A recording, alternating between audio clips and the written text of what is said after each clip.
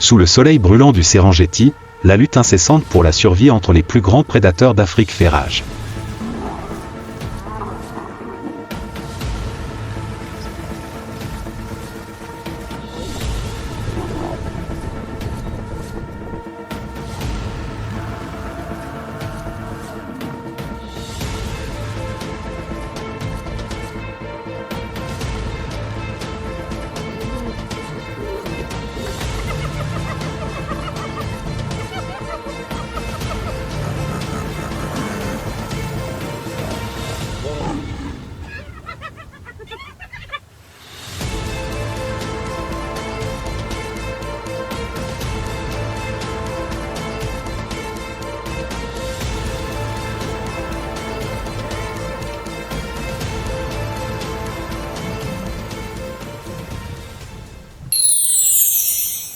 Serengeti en feu, la guerre sans fin entre lions et hyènes.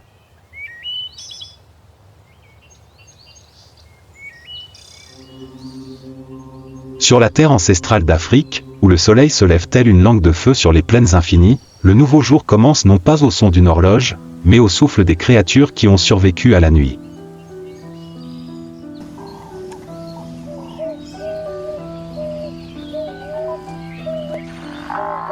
À l'aube, les prairies du Serengeti semblent marquer une pause pour respirer profondément.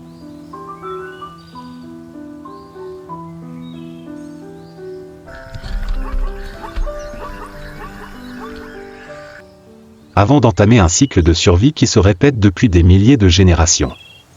Ici, entre la lumière écrasante et l'obscurité omniprésente, toutes les créatures sont prises dans un cycle cruel, où seul l'instinct et l'adaptation les maintiennent en vie.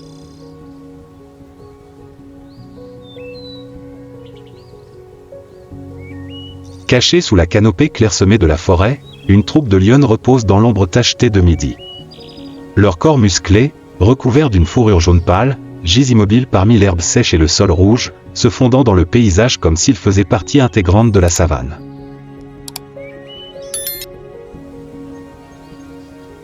La chaleur matinale épaissit l'air, semblant pouvoir apaiser toute vie.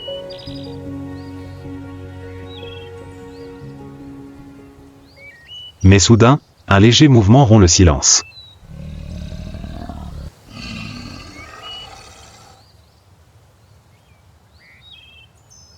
À côté d'une femelle adulte, quelques nouveau-nés s'agitent.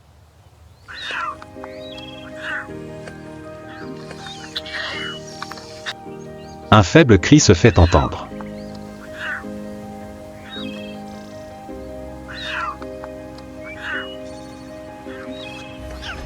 Les premiers sons, fragiles et tremblants.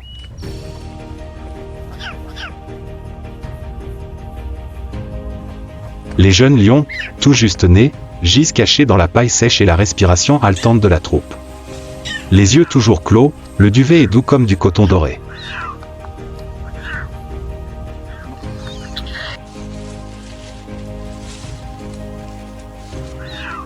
Les premiers pas, fragiles et maladroits, suivent l'odeur du lait. L'instinct le pousse à retrouver le sein maternel, là où la vie commence.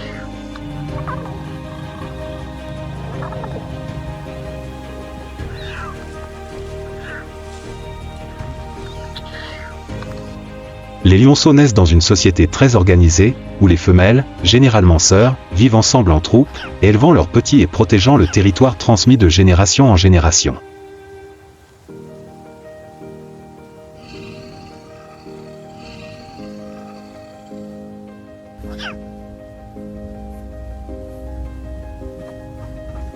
Chaque petit individu est un maillon de ce réseau soudé, grandissant dans le partage et la protection.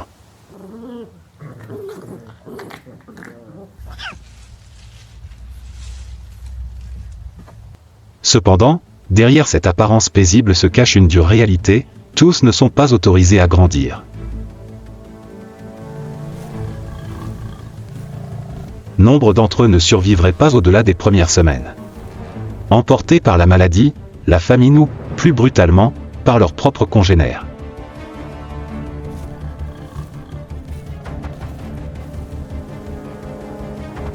Dans le monde des lions, la survie des lionceaux n'était pas toujours une question de protection, mais parfois, c'était le prix à payer pour satisfaire le désir de reproduction et de pouvoir du souverain.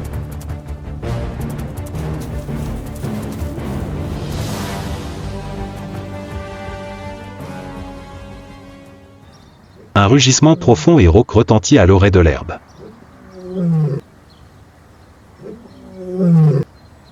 La lionne dressa aussitôt l'oreille, le regard fixé sur le son.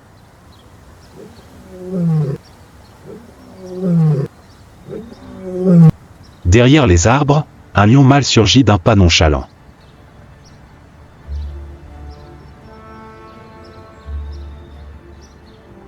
Ses épaules dominaient l'herbe sèche, sa crinière grise emmêlée par le vent et la poussière de la route.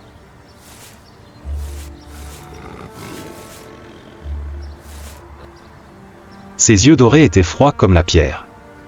Il ne faisait pas partie de la troupe. Un vagabond. Un usurpateur.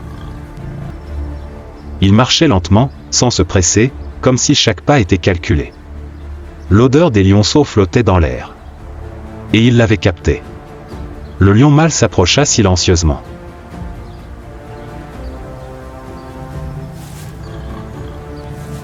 Son regard froid parcourut les lionceaux, puis s'immobilisa.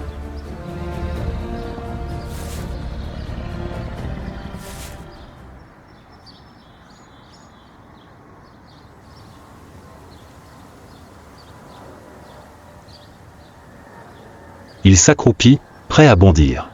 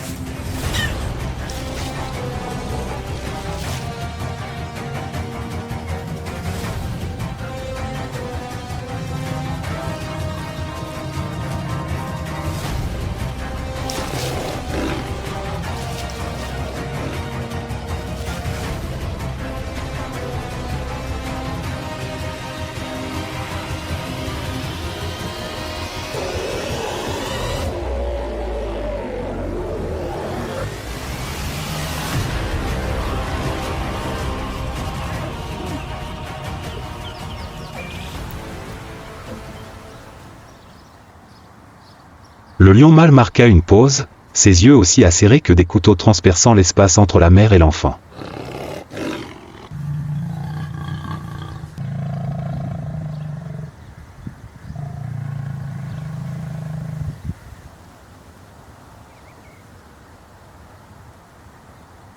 L'hostilité transparaissait dans chaque sifflement, mais il percevait aussi quelque chose de plus lourd, une frontière impénétrable.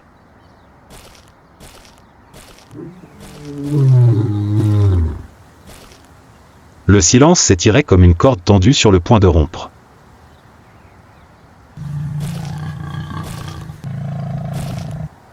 Il se retourna et se retira silencieusement dans la mer d'herbe, laissant derrière lui un espace silencieux où son rythme cardiaque n'était pas encore revenu à la normale.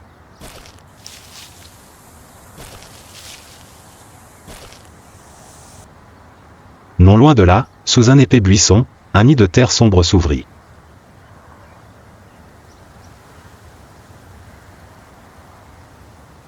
Un cri strident retentit. Les bébés hyènes, joueurs, écoutaient.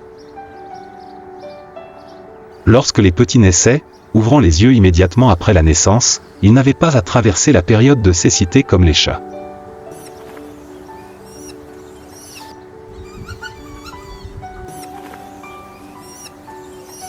Leurs dents minuscules mais acérées comme des aiguilles étaient déjà visibles, leurs yeux noirs profonds brillaient d'une vitalité incertaine.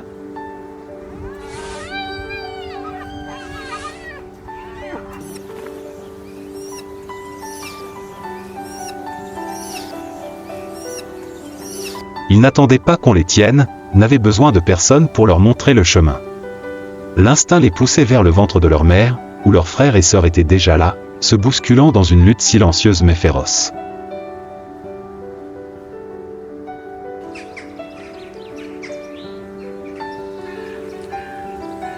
Contrairement au lion, où le mâle domine les activités reproductives et le contrôle du territoire, les hyènes tachetées suivent un ordre complètement inversé.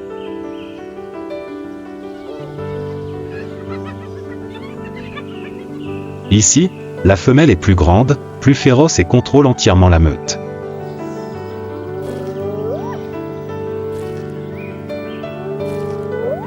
Le système matriarcal des hyènes est l'une des structures sociales les plus singulières du monde des mammifères. La femelle dominante donne naissance en premier, détient le plus de pouvoir, et sa propre progéniture, si elle survit, prendra le relais. Mais pour gagner le droit de vivre et de grandir, les jeunes hyènes doivent surmonter un premier défi, leurs propres frères et sœurs.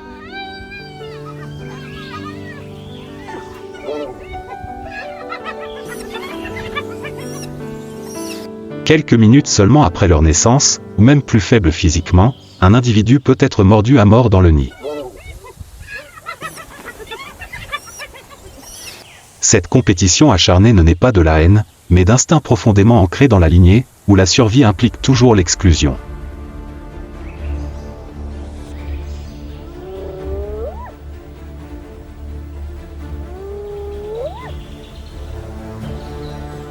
La menace ne s'arrête pas là. Lorsque la nourriture se fait rare, la mère et toute la meute sont contraintes de choisir.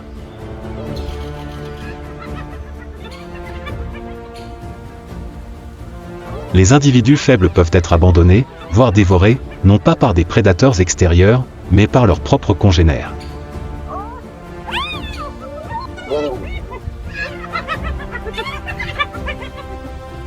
Chez les hyènes, la survie ne repose pas sur la compassion, mais sur la cruauté nécessaire au maintien de l'ordre et à l'optimisation des chances de survie des plus forts.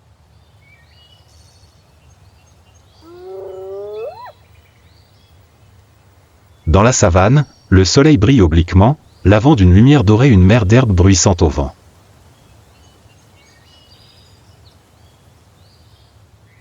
Le troupeau de gnous avance lentement le long de la pente douce, chaque pas étant prudent, comme si chaque membre du troupeau sentait quelque chose d'inquiétant approcher.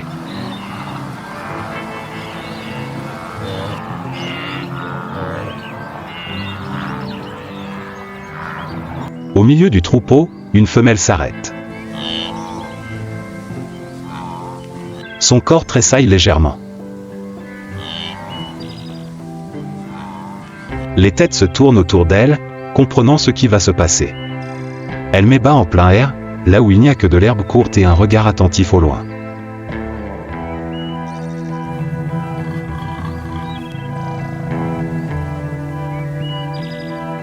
Elle s'étire en tremblant. La poche des os éclate, se brisant sous le vent. En quelques minutes, une nouvelle vie sort du ventre de sa mère, humide et tremblante dans l'herbe tachée de sang.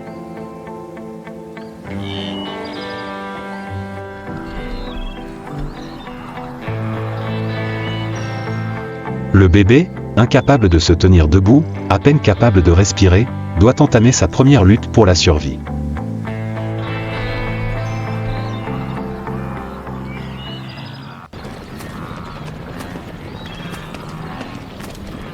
À l'extrémité de la savane, une lionne gisait plaquée contre l'herbe, les yeux fixes.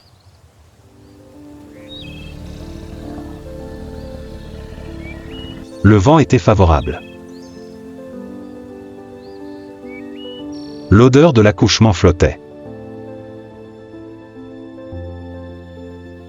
Dans la direction opposée, un groupe de hyènes tachetées s'était arrêté, les oreilles dressées, la gueule légèrement ouverte, attendant le moment propice.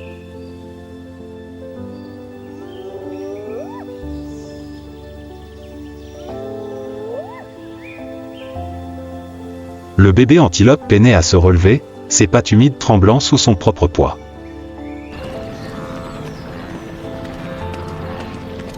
Sa mère lécha la membrane, lui releva la tête, l'encouragea de doux coups de tête.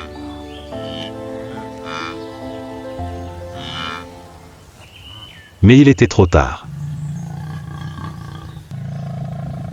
Le lion chargea le premier.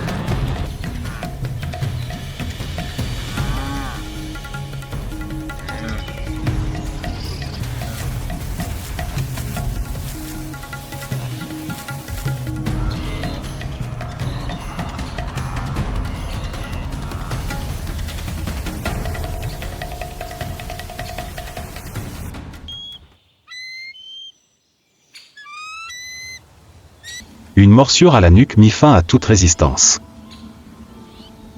Le sol resta silencieux un instant, empli de l'odeur de la mort.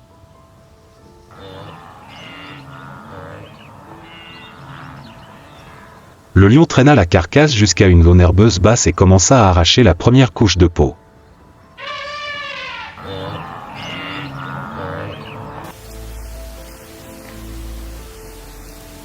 Le bruit de la morsure résonna dans l'espace sec et chaud.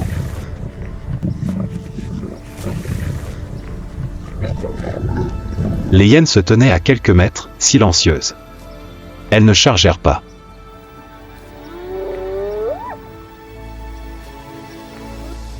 Pas pressées.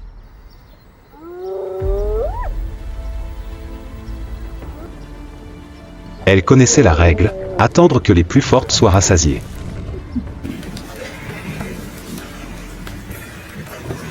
Puis ce fut leur tour.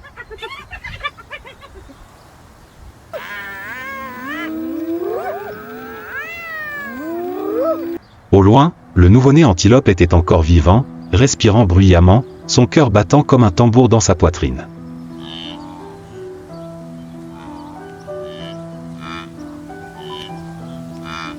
Moins d'une heure après sa naissance, il avait appris sa première leçon, se lever, courir ou mourir.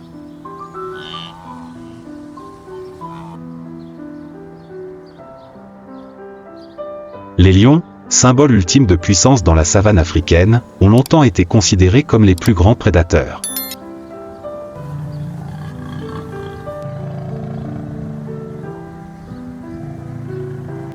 Avec leur corps massif, leur musculature robuste et leurs attaques mortelles, ils chassent non seulement pour survivre, mais aussi pour affirmer leur domination.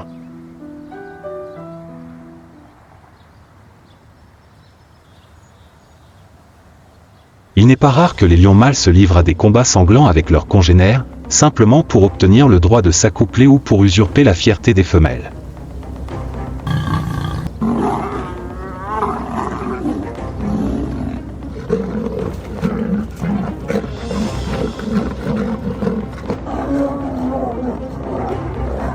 Ce sont aussi de véritables prédateurs, mais ils ne se contentent pas de chasser.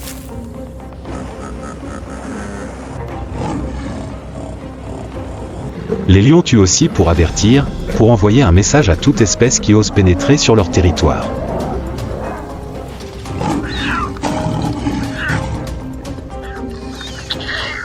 Et personne ne défie cette frontière plus souvent que la hyène tachetée.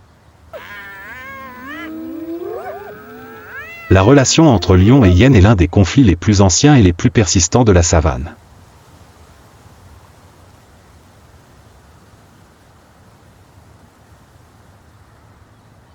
Tous deux sont des chasseurs hors pair et vivent en meute bien organisée, mais il n'existe aucun respect mutuel.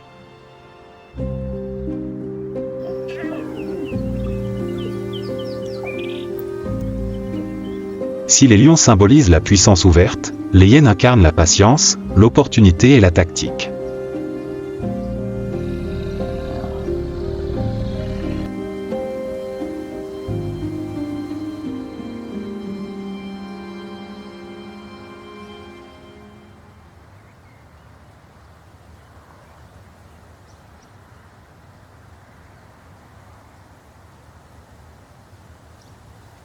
Les hyènes apparaissent souvent après chaque chasse au lion, non pas pour partager, mais pour piller.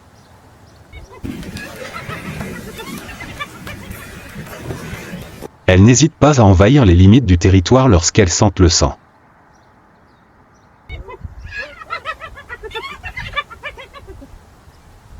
Les restes de nourriture sont une récompense qu'elles sont prêtes à échanger contre leur vie.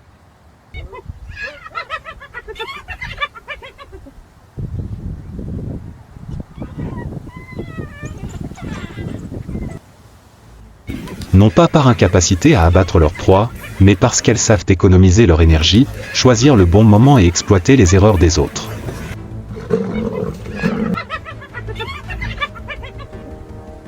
Mais chaque fois qu'elles pénètrent sur le territoire du lion, c'est une question de vie ou de mort.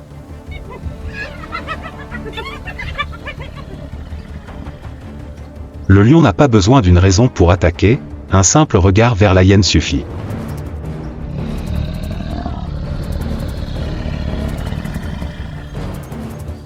Par un après-midi chaud, à l'ombre d'un vieil acacia, un lion mâle dévorait la carcasse de sa proie, qu'il venait de capturer après une chasse acharnée.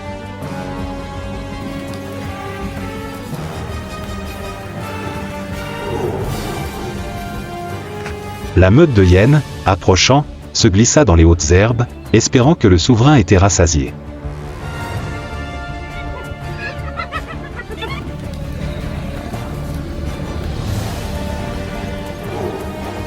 Un léger bruit retentit, juste une branche sèche qui se brisa.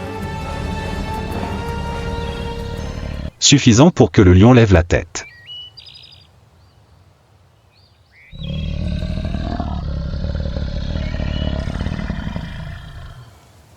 En un éclair, il bondit comme une lance vivante.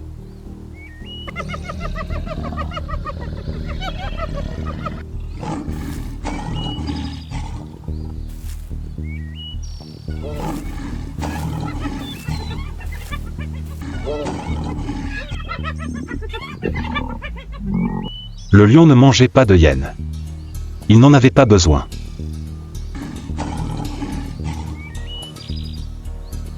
Pour lui, ce n'était pas une chasse, mais une déclaration, une façon d'affirmer sa position. De telles poursuites, se déroulant dans les ombres calmes de l'après-midi, entre les buissons secs et le coucher de soleil sanglant, étaient des rituels silencieux de pouvoir. Le souverain punissait son adversaire, non par faim, mais par honneur.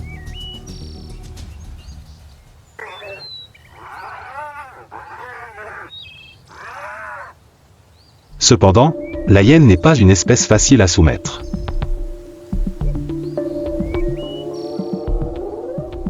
Malgré son apparence terne et son rire strident facile à sous-estimer, la hyène tachetée est l'un des prédateurs les plus stratégiques de la planète.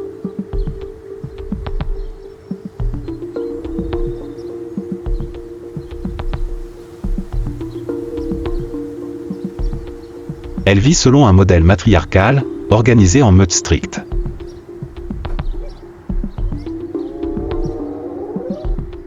Chaque pas, chaque cri suit une hiérarchie. Lorsqu'elle chasse ou vole une carcasse, elles n'agissent pas seules.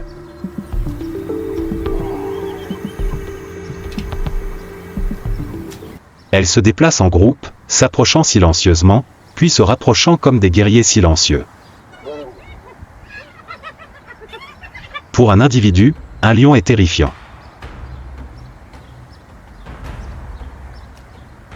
Mais lorsque le nombre augmente, 10, 15, l'équilibre commence à changer.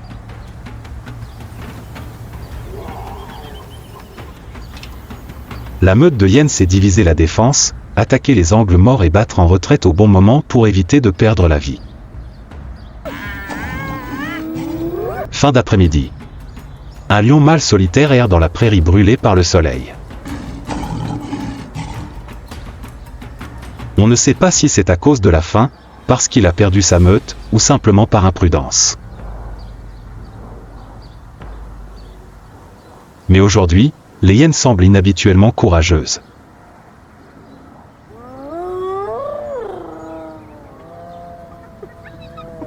Elles apparaissent de toutes parts. Pas de cris, pas d'ordre. Un simple regard, et toute charge.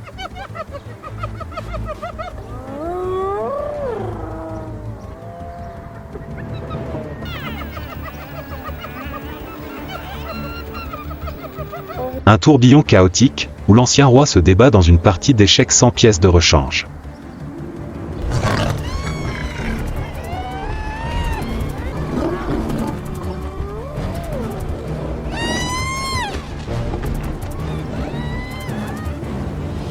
Chaque morsure, chaque traction est un rappel. Dans la savane, même le souverain peut s'enliser, s'il est seul.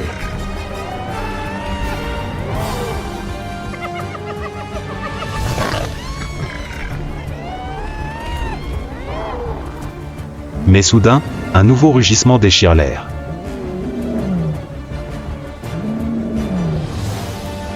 De la lisière du buisson, un autre lion mâle charge.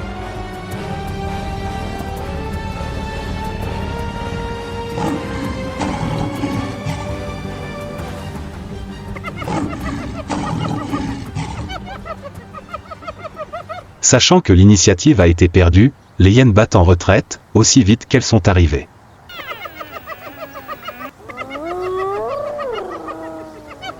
Les deux lions se tiennent côte à côte, respirant bruyamment.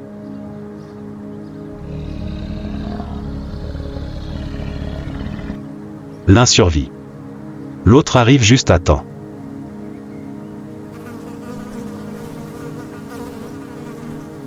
Et à cet instant, l'ordre ancien est rétabli, du moins jusqu'au prochain affrontement.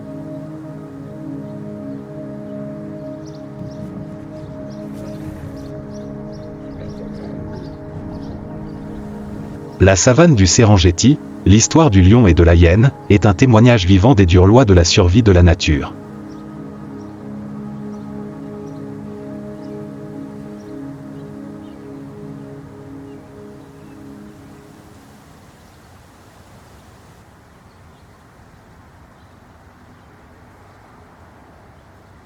Chaque aube apporte de nouveaux espoirs et de nouveaux défis, où le rugissement de la puissance et la sagesse rusée s'entremêlent dans une symphonie sans fin de vie et de mort.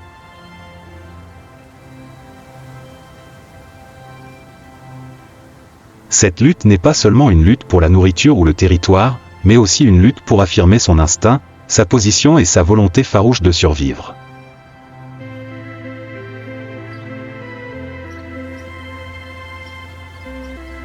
Qu'elle soit forte ou agile, chaque espèce a trouvé le moyen de survivre, laissant sa propre empreinte sur la nature africaine colorée.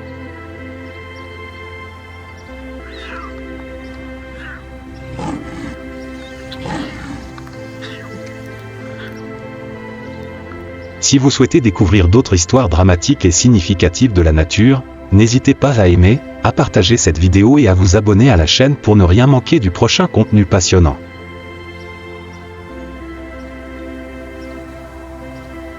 N'hésitez pas à commenter ci-dessous si vous souhaitez que nous nous penchions plus en détail sur les lions, les hyènes ou tout autre animal sauvage du Serengeti. Nous avons hâte de vous lire.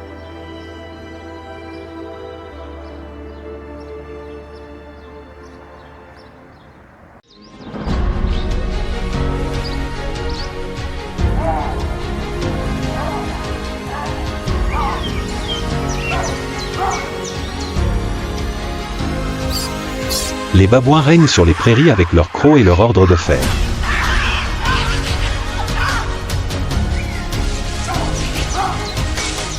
Les singes nasiques se cachent dans les mangroves et se battent avec stratégie et patience.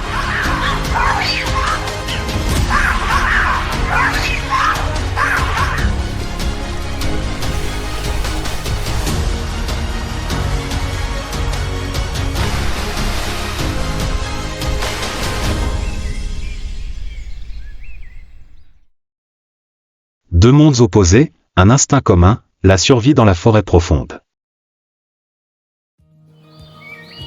À la frontière entre la jungle et le désert, entre les prairies brûlées par le soleil et les collines rocheuses arides, vit une créature à la fois redoutable et terrifiante.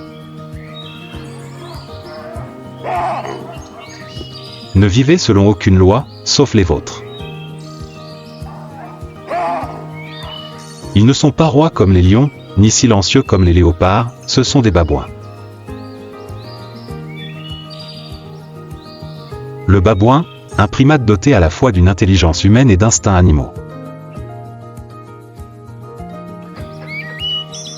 Ils vivent en grands troupeaux, comptant parfois des centaines d'individus, liés par des relations sociales complexes, une obéissance stricte et même de la violence.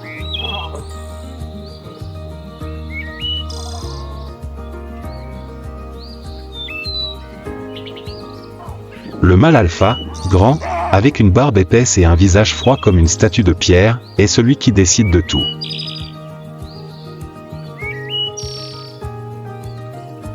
De la nourriture au territoire, en passant par les partenaires, et pour maintenir ce pouvoir, il doit toujours être prêt pour une guerre sanglante.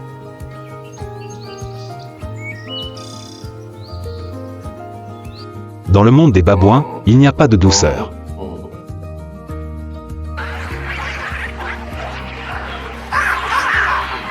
Les enfants élèvent leurs petits en tremblant, les faibles sont éliminés et chaque jour est une épreuve avec la nature, avec les ennemis et avec leur propre espèce.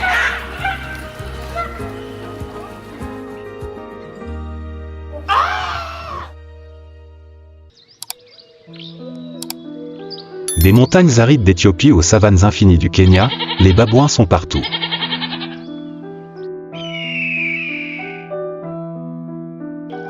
Et pour survivre, ils deviennent des hors-la-loi, agiles, agressifs, rusés et impitoyables. C'est l'histoire du primate le plus puissant d'Afrique subsaharienne.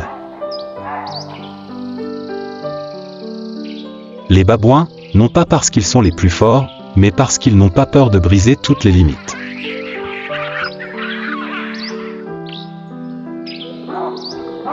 Suivez leur parcours, depuis les voleurs astucieux du village jusqu'aux guerriers dirigeant leur meute, pour comprendre pourquoi les babouins sont l'une des créatures que même les humains craignent.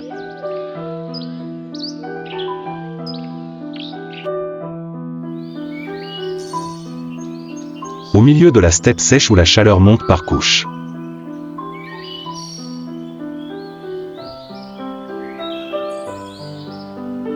Une société qui fonctionne selon des principes invisibles, mais inébranlables. C'était une tribu de babouins, une communauté très développée, mais il n'y avait pas de place pour la pitié.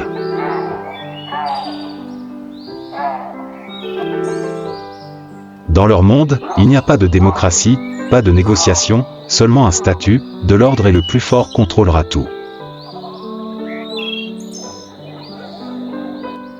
Chaque matin, avant même que l'aube ne touche le sol, le chef se réveille le premier, choisit la direction du voyage et fait signe au troupeau de le suivre.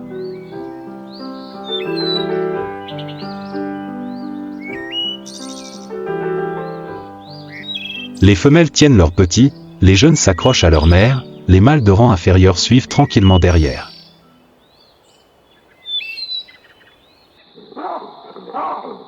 Tous suivent un ordre tacite, établi par le combat et l'obéissance. Mais cet ordre n'est pas durable. Aux abords de la meute, les jeunes mâles attendaient, guettaient d'une ouverture, un signe de faiblesse.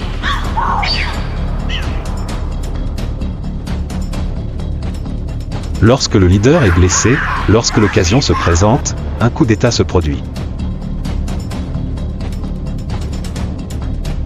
Des rugissements retentirent, les poils se dressèrent, les griffes grattèrent le sol. Les batailles peuvent durer des minutes ou des jours, jusqu'à ce qu'un vainqueur se retrouve sur un sol poussiéreux et ensanglanté, et que le reste du groupe baisse la tête.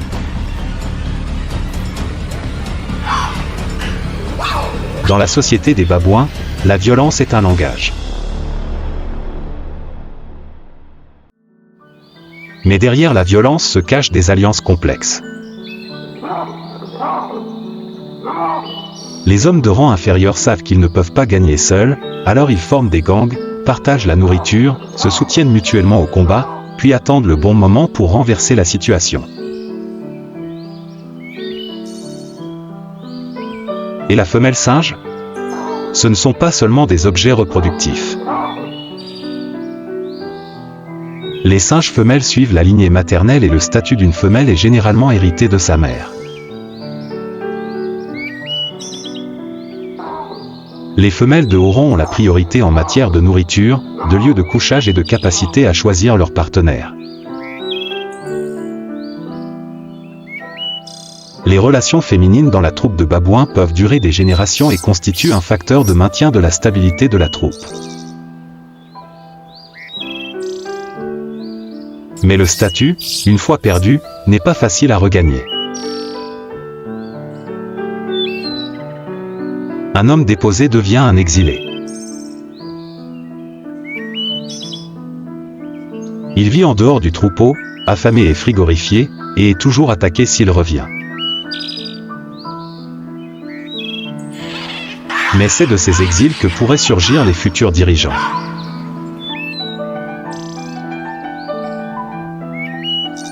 Parce que dans le monde des babouins, la seule loi qui existe est la loi du plus fort.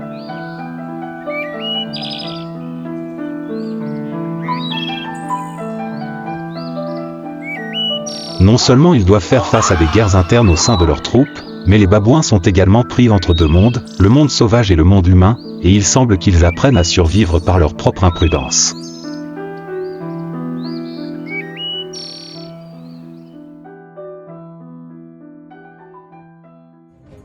Dans la forêt, leurs ennemis sont des journaux chinois, de grands pythons, des grues spirituelles et des lions. Et encore plus petit, la tête du chien possède une arme qui fait peur de nombreux prédateurs, la majorité. Lorsqu'un jeune enfant se cache, le singe entier rugira, attaquant avec des crocs et des rochers. Le journal peut tuer un individu, mais il est difficile d'échapper à la colère de tout le troupeau.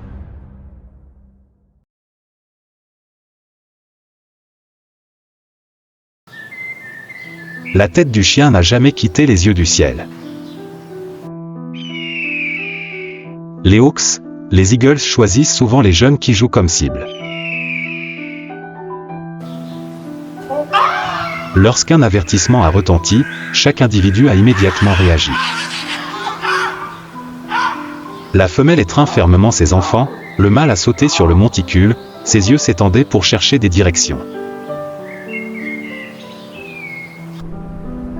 Dans le monde sauvage, la survie est dans quelques secondes de réflexe, et la tête du chien l'a appris avec du sang.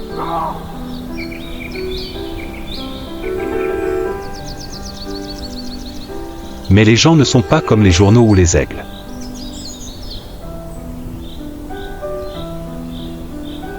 Les gens utilisent des pièges, utilisent des pistolets, utilisent un choc électrique. La tête du chien est plus intelligente, mais lorsque le conflit dégénère, le prix à payer est un troupeau qui peut être détruit simplement en volant une banane.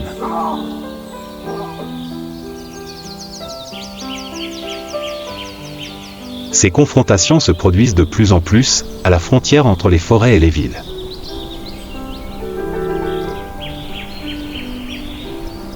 Et la tête du chien, plus la créature de la forêt.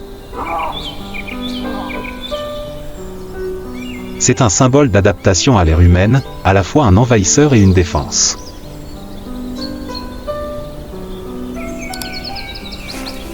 Il suffit d'être chassé et d'essayer d'exister dans un monde qui est de plus en plus rétréci à la nature.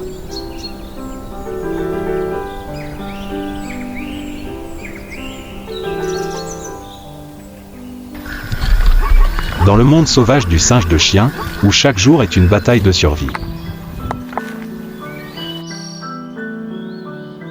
Les enfants sont des guerriers silencieux. Pas besoin de rugir pour confirmer le territoire.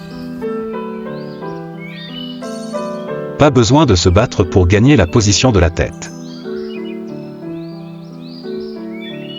Mais c'est le cœur qui détient le rythme de tout le troupeau.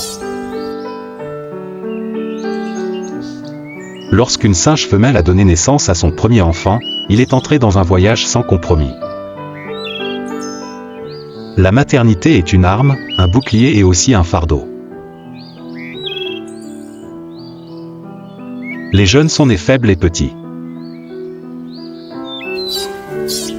Cliquez sur la poitrine de la mère pour la première semaine, ne laissez pas un demi-pas.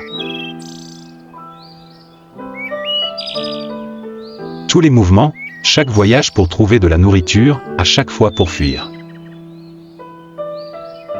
Mère singe doit amener ses enfants, épuisés ou affamés.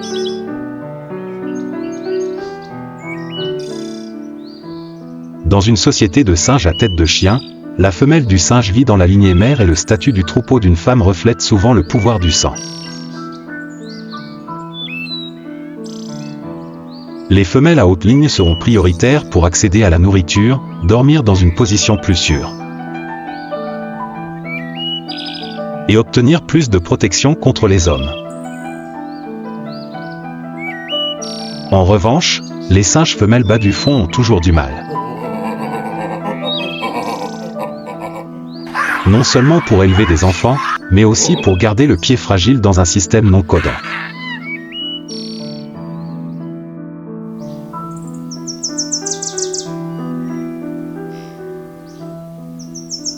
Mère singe est toujours alerte. Lorsqu'un jeune enfant a accidentellement quitté les bras de sa mère, le danger est immédiatement apparu. Le faucon d'en haut, les journaux dans la brousse ou le mâle du troupeau.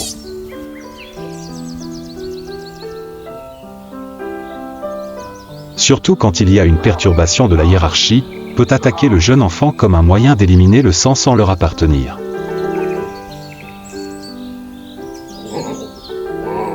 C'est pourquoi les singes féminins sont extrêmement serrés avec leurs enfants.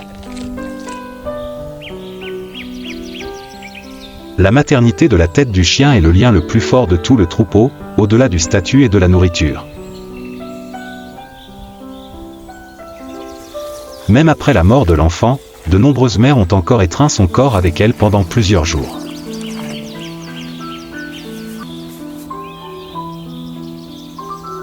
Refuser de lâcher prise, comme un rituel douloureux dans la nature froide.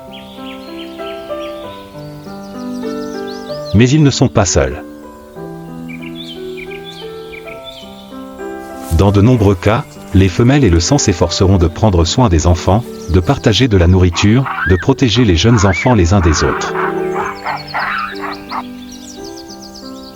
L'amour maternel, même dans le monde des personnes vivant en dehors de la loi, est toujours un point lumineux humain.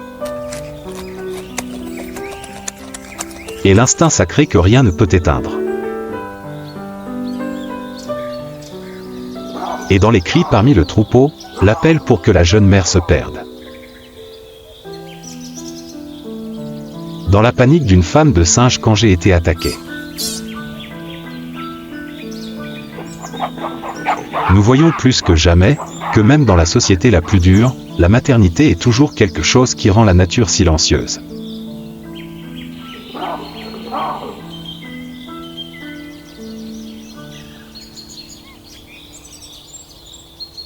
Aucun primate n'incarne peut-être mieux l'adaptabilité que le babouin. Ils vivent dans les forêts, les savanes, les collines rocheuses, près des villages. Ils rôdent même dans les zones industrielles, là où se trouvaient autrefois des forêts primaires. Mais survie ne signifie pas immortalité. Partout en Afrique, les habitats des babouins sont détruits petit à petit. Les forêts sont rasées pour faire place à l'agriculture, aux habitations et aux routes. Les routes asphaltées traversent les territoires des troupeaux, les divisant en deux.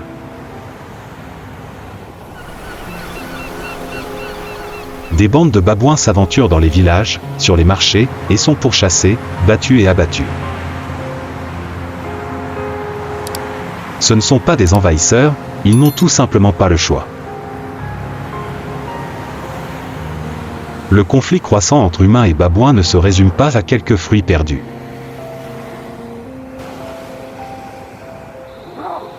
Dans de nombreuses régions, les babouins sont considérés comme des nuisibles, une menace à éradiquer. Pièges, fusils de chasse, décharges électriques et outils humains ont provoqué une forte diminution du nombre de babouins dans certaines zones qui étaient autrefois leur terre sainte.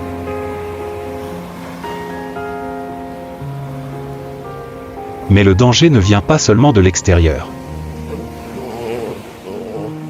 Les groupes séparés perdent leur structure sociale. Les mâles ne trouvent pas de partenaires. Les femelles manquent de nourriture pour nourrir leurs petits.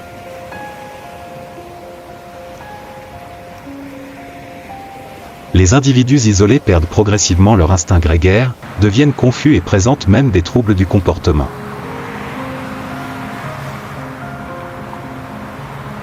Une espèce, la plus organisée socialement chez les primates, est désormais contrainte de vivre en solitaire.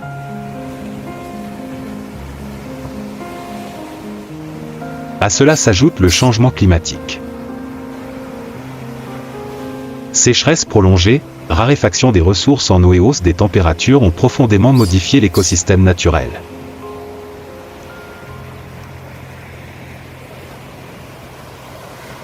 Les arbres fruitiers, autrefois leur principale source de nourriture, ne produisent plus de fruits saisonniers.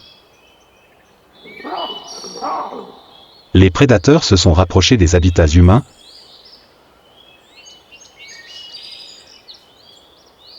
forçant les babouins à se battre au corps à corps avec les animaux sauvages et les humains. Dans les réserves restantes, les babouins existent et prospèrent encore. Mais leur environnement naturel se rétrécit au point de suffoquer. Et si rien n'est fait, un jour leurs cris sauvages ne seront plus qu'un écho dans nos mémoires.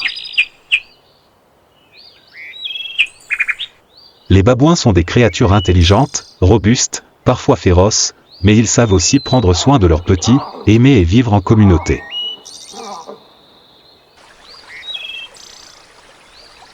Ils méritent d'être protégés, non par pitié, mais parce qu'ils sont un élément indispensable de l'équilibre créé par la nature. Quand la nature est poussée à bout, même le plus fort peut tomber. Et alors, ce n'est plus une histoire de babouins, mais un avertissement pour nous tous.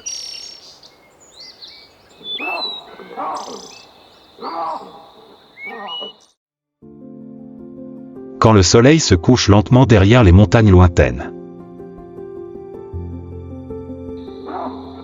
Quand le dernier appel des babouins résonne dans les arbres centenaires. Nous comprenons que, quels que soient les changements, les babouins poursuivront leur chemin vers la survie. Comme ils le font depuis des millions d'années. Ce ne sont pas des créatures parfaites. Ils peuvent être féroces, destructeurs et désorganisés aux yeux des humains. Mais ils savent aussi protéger, aimer, créer une société ordonnée, même si cette société fonctionne dans un langage totalement différent.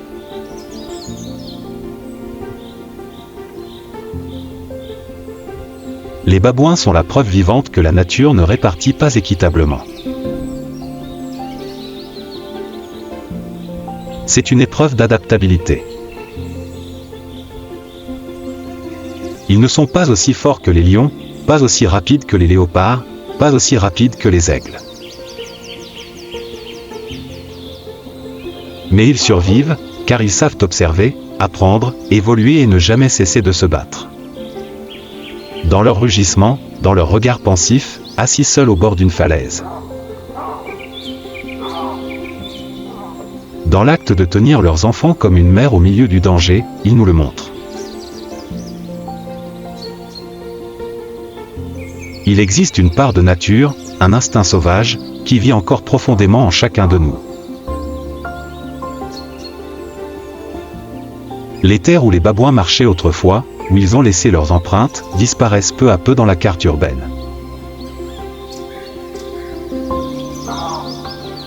Mais s'il reste une petite forêt, une falaise, une rivière déserte, il y aura toujours un groupe de babouins, prêts à s'élever, à vivre, à aimer, à se battre et à perpétuer l'histoire de leur espèce.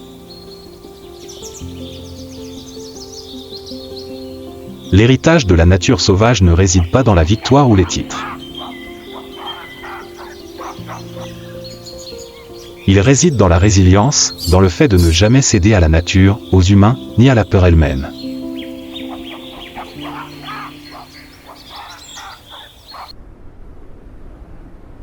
Et lorsque nous repenserons à ce voyage, peut-être réaliserons-nous que ce sont les babouins, et personne d'autre, qui nous ont appris à vivre, avec intelligence, avec instinct et avec une volonté farouche de survivre jusqu'au bout.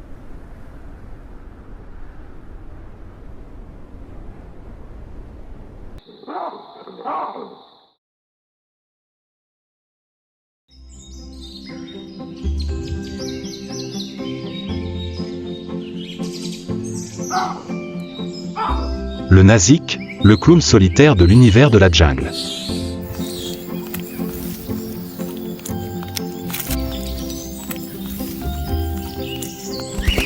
Caché dans les denses forêts marécageuses tropicales de l'île de Bornéo se trouve un étrange primate dont l'apparence surprend quiconque le rencontre pour la première fois.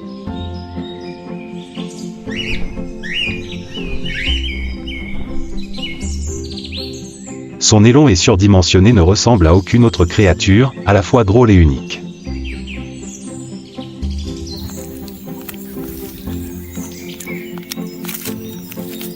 Mais cette apparence, drôle, n'est qu'une couverture. À l'intérieur du singe Nazik se trouve un véritable guerrier, Rézili, qui se bat tranquillement chaque jour pour survivre dans la nature sauvage et rude.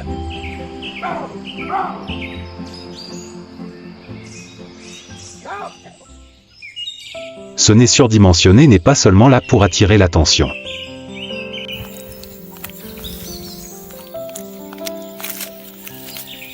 Chez les hommes adultes, le nez peut être si grand qu'il recouvre la bouche.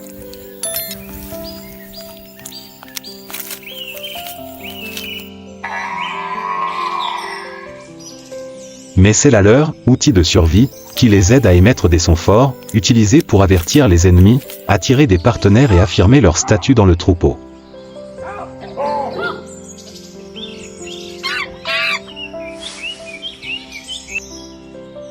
C'est une arme biologique, pas besoin de griffes ou de crocs, un simple cri suffit à confirmer qui est le chef.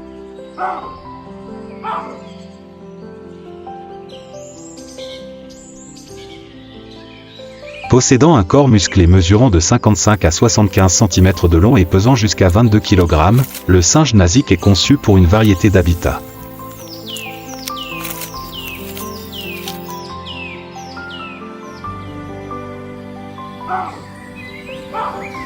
Leurs longues pattes et leurs mains agiles les aident à se déplacer rapidement à travers la cime des arbres, tandis que leurs pieds palmés en font d'excellents nageurs, une capacité vitale dans les marais enchevêtrés et les rivières dangereuses.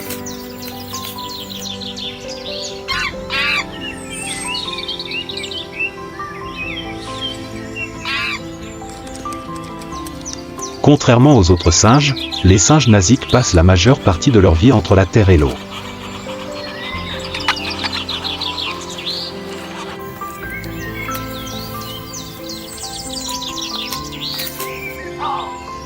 Ils se déplacent constamment entre les forêts de mangroves, nageant à travers les rivières pour trouver de la nourriture ou éviter les prédateurs.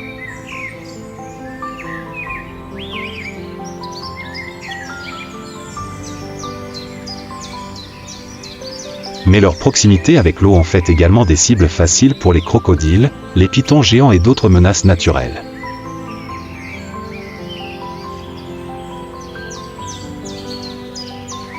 Imaginez un après-midi paisible au bord de la rivière.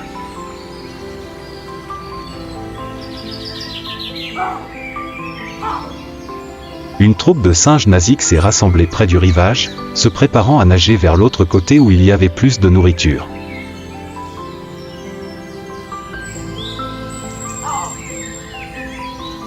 Les jeunes oursons gambadaient avec excitation, tandis que le mâle alpha gardait un œil vigilant sur son environnement.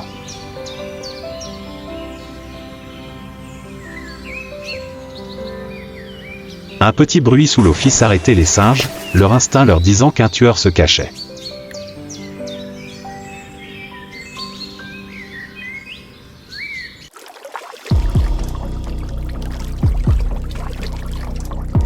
Sous l'eau calme, une ombre noire géante rampait silencieusement vers l'avant.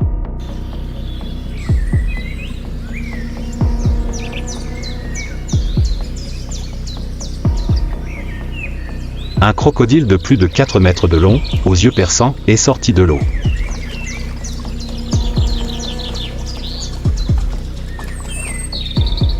Personne dans le troupeau ne l'a remarqué.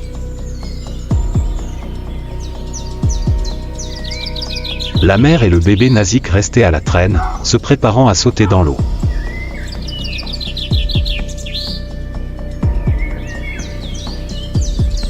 La mère serrait son bébé fort dans ses bras et se précipitait dans l'eau trouble, créant de la mousse blanche.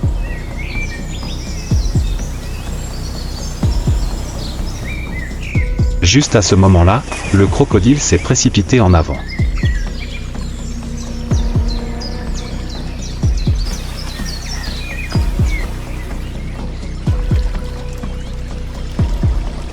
Le mâle alpha l'a découvert à temps et a crié un avertissement.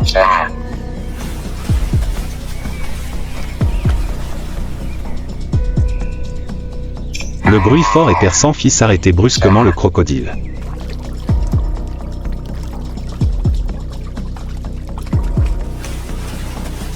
Pendant ce bref instant, il s'arrêta, puis disparut dans l'eau froide.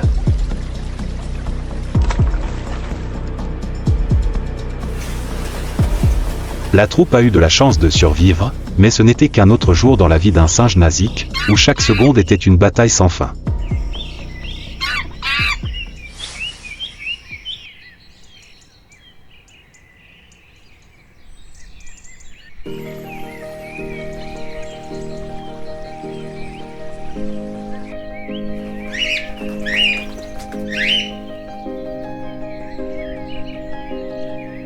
Les singes naziks vivent en petits groupes avec une structure sociale claire.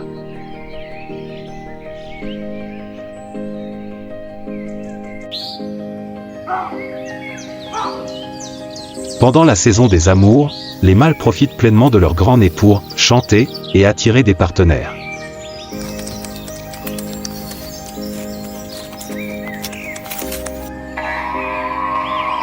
Plus le son est profond et lointain, plus grandes sont les chances de maintenir l'espèce.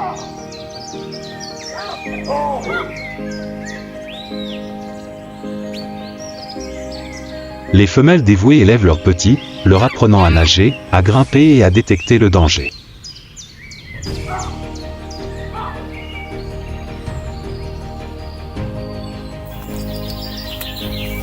Pendant ce temps, le mâle agit comme un gardien, patrouillant le territoire et prêt à affronter toute menace.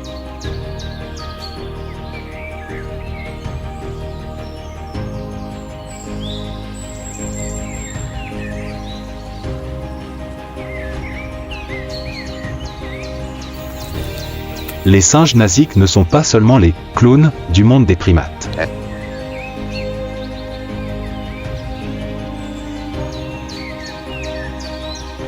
Ce sont des symboles vivants d'adaptation, de puissance cachée sous une apparence étrange.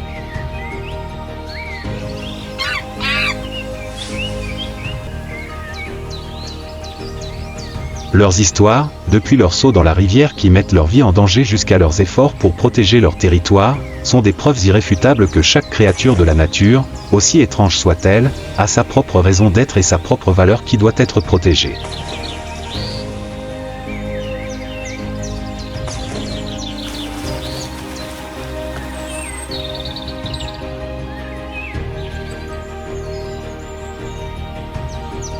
Préservons le cri strident du nazik, afin qu'il résonne à jamais dans les jungles de Bornéo, comme une épopée de la faune sauvage.